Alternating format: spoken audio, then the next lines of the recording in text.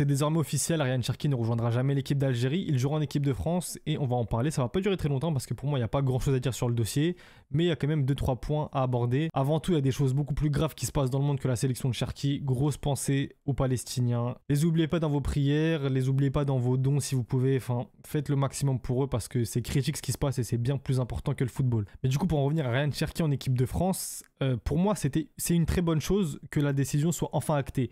C'est pas une très bonne chose qu'ils viennent pas en équipe nationale. Moi, je vous le dis, je voulais Cherki en équipe nationale.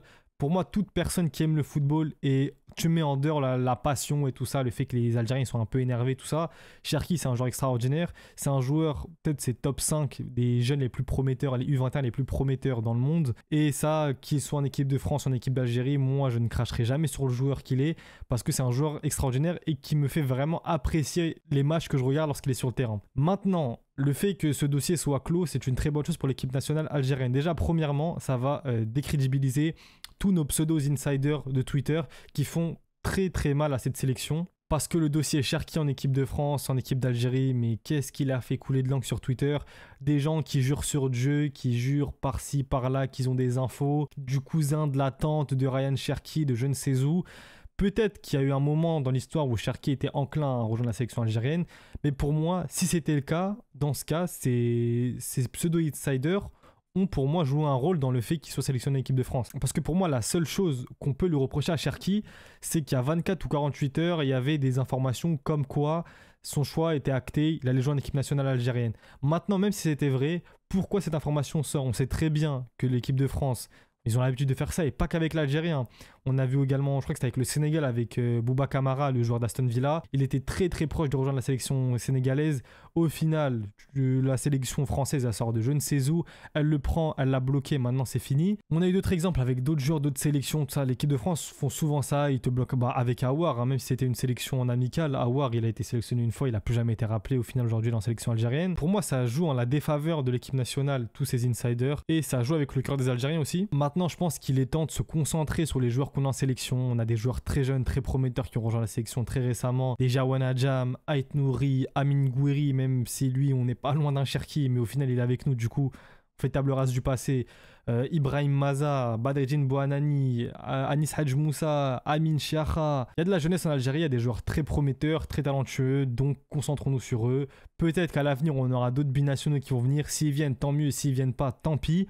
On a un cas avec Marnessa Kliouch qui est très similaire à celui de Cherki. Pour moi, il faut que même le cas d'Akliouche, ça y est, on passe à autre chose. S'il vient, tant mieux. S'il vient pas, tant pis.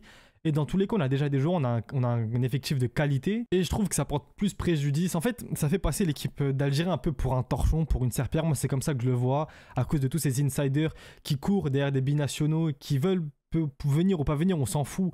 Mais une sélection ne court pas derrière un joueur. Regardez seulement, là-bas, du coup, le cas Cherki avec l'équipe de France. Cherki, depuis X temps, on parle de lui en Algérie.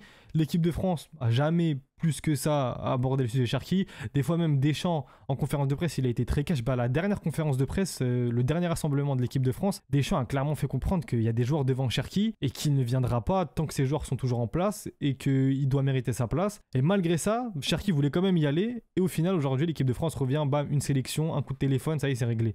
Peut-être, comme je le dis, Cherki voulait venir ou quoi. Au final, on s'en fout parce qu'aujourd'hui, il est en équipe de France. Et pour moi, c'est une politique que les supporters algériens, surtout eux, parce que la fédération, je ne sais pas comment ils travaillent, mais je ne pense pas que la fédération se plie en 10 pour des joueurs qui ne veulent pas venir ou qui sont un peu réticents. Mais encore une fois, je me répète, j'espère sincèrement que ce dossier Cherki tournera une page auprès des supporters algériens, de Twitter, des réseaux sociaux, des médias, machin chouette, parce que vous décrédibilisez plus la sélection qu'autre chose. En fait, cette sélection, elle n'a plus rien de honorant.